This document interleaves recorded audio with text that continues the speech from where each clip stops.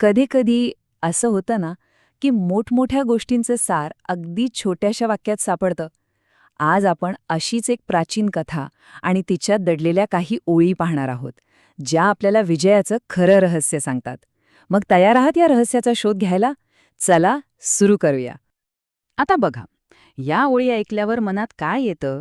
असं वाटतं ना, की हे एक कोडच आहे. हे वानरा म्हणजे कोणाला उद्देशून बोललं जातंय? हा वानर आहे तरी कोण? आणि विजय, पण कुठला विजय? हे सगळे प्रश्न आपली उत्सुकता एकदम वाढवतात, नाही का? आणि हेच प्रश्न महत्वाचे आहेत, कारण याच प्रश्नांची उत्तरं आपल्याला थेट कथेच्या मुळाशी घेऊन जाणार आहेत. तर मग आपला आजचा प्रवास हाच आहे, या प्रश्नांची उत्तरं शोधण्याचा. चला तर मग पाहूया, काय आहे ही कथा आणि तिचा खरा अर्थ काय आहे. पण एक मिनिट, हे जे वचन आहे ना, ते असं काही अचानक आलेलं नाहीये. ह्याच्या मागे एक खास गोष्ट आहे, एक विशिष्ट कारण आहे. आधी आपण ती पार्श्वभूमी समजून घेऊया, म्हणजे सगळा संदर्भ नीट लागेल. तर ही गोष्ट आलेली आहे जातक कथांमधून. आता जातक कथा म्हणजे काय? सोप्या भाषेत सांगायचं तर ह्या बुद्धांच्या पूर्वजन्माच्या कथा आहेत आणि प्रत्येक कथेतनं एक मोलाची शिकवण दडलेली असते. म्हणजे खरं तर हा ज्ञानाचा एक प्राचीन खजिनाच आहे असं म्हणायला हरकत नाही. आणि गंमत म्हणजे या कथेला एक ऐतिहासिक संदर्भ सुद्धा आहे. मूळ ग्रंथ काय सांगतो तर ही गोष्ट वेळुवन नावाच्या ठिकाणी सांगितली गेली होती. आता बघा, या एका छोट्याशा उल्लेखामुळे ही कथा फक्त एक गोष्ट राहत नाही, तर तिला एक खरी वेळ आणि जागेचं परिमाण मिळतं. आणि आता येतो ह्या गोष्टीतला सगळ्यात इंटरेस्टिंग भाग, तो म्हणजे मानवी नाट्य. झालं असं की गुरूंनी ही कथा खास देवदत्त यांच्याबद्दल सांगितली होती. आणि देवदत्त कोण होते? तर त्यांचे एक प्रकारचे प्रतिस्पर्धी. म्हणजे बघा, ही शिकवण काही हवेत दिलेली नाहीये, ती एका खऱ्या-खुऱ्या संघर्षातून जन्माला आली होती. बरं, तर ही झाली पार्श्वभूमी. आता पुन्हा येऊया आपल्या मूळ मुद्द्यावर, कथेच्या संदेशाकडे. आठवते, सुरुवातीच्या श्लोकात एका विजयाच्या रहस्याबद्दल बोललं होतं. तर आता ते रहस्य उलगडणार आहे. कोणते आहेत बरं ते 4 सद्गुण? आणि हो, एक महत्वाची गोष्ट, मूळ श्लोकात ना हा संदेश एकदा नाही तर दोनदा येतो. आता विचार करा, एखादी गोष्ट जेव्हा पुन्हा पुन्हा सांगितली जाते, तेव्हा तिचं महत्त्व किती जास्त असेल. या पुनरावृत्तीमुळेच या 4 गुणांवर विशेष जोर दिला गेला आहे.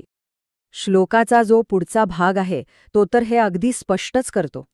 तो काय म्हणतो, की हे सद्गुण फक्त उपयोगी नाहीत, तर ते विजयासाठी अत्यावश्यक आहेत. म्हणजे त्यांच्याशिवाय विजय मिळणं शक्यच नाही. इतकं ठामपणे हे वचन सांगते. तर मग ती 4 तत्व, ते 4 आशीर्वाद जे विजयाचा पाया रचतात, ते नेमके आहेत तरी कोणते? ते आहेत सत्य, ज्ञान, आत्मसंयम आणि सदाचार.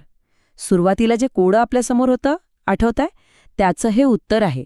हेच ते 4 खांब आहेत, ज्यांच्यावर कोणत्याही विजयाची इमारत भक्कमपणे उभी राहू शकते. ठीक आहे. तर आता आपल्याला हे 4 शब्द माहीत झालेत. पण फक्त शब्द माहीत असून काय उपयोग? त्यांचा खरा अर्थ काय आहे, हे जरा खोलात जाऊन समजून घेऊया. कारण तेच महत्वाचं आहे. सगळ्यात पहिला सद्गुण, सत्य. आता सत्य म्हटलं की आपल्याला वाटतं खरं बोलणं. पण इथे अर्थ त्याहून खूप मोठा आहे. सत्य म्हणजे आपले विचार, आपलं बोलणं आणि आपली कृती, या तिन्ही गोष्टींमध्ये एकवाक्यता, एक प्रामाणिकपणा असणं. आणि हाच तर आपल्या चारित्र्याचा आणि लोकांच्या आपल्यावरच्या विश्वासाचा खरा पाया आहे. दुसरा सद्गुण आहे ज्ञान. ज्ञान म्हणजे फक्त पुस्तकं वाचून मिळवलेली माहिती नाही, तर कोणत्याही परिस्थितीत काय बरोबर आहे आणि काय चूक आहे हे ओळखण्याची क्षमता, परिस्थितीचं योग्य आकलन करून अचूक निर्णय घेता येणं, ती शक्ती म्हणजेच खरं ज्ञान. आता येतो तिसरा सद्गुण, जो मला वाटतं सगळ्यात आव्हानात्मक आहे, आत्मसंयम. म्हणजे काय? तर आपल्या मनावर, आपल्या भावनांवर ताबा ठेवण्याची ताकद. राग आला, मोह झाला, अशा वेळी घाईगडबडीत चुकीचे निर्णय न घेणं, हे आत्मसंयमामुळेच शक्य होतं. आणि शेवटचा चौथा सद्गुण आहे सदाचार.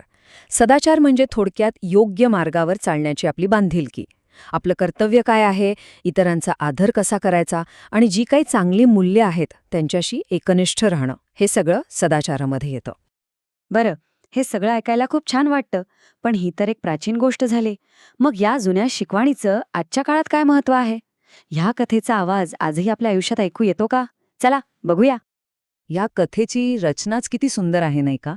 विचार करा, गोष्ट सांगितली गेली एका प्रतिस्पर्ध्याबद्दल, उद्देशून होती एका वानराला, पण त्यातली जी शिकवण आहे ती मात्र कोणत्याही काळाच्या, कोणत्याही परिस्थितीच्या पलीकडची आहे, ती आपल्या सगळ्यांसाठी आहे. आणि आता जाता जाता एक प्रश्न, जो प्रत्येकाने स्वतःला विचारायला हवा. हे जे 4 सद्गुण आपण पाहिले, सत्य, ज्ञान, आत्मसंयम आणि सदाचार, यापैकी कोणता एक सद्गुण मिळवणं किंवा टिकवणं हे आपल्यासाठी सगळ्यात मोठं आव्हान आहे? जरा विचार करून बघा.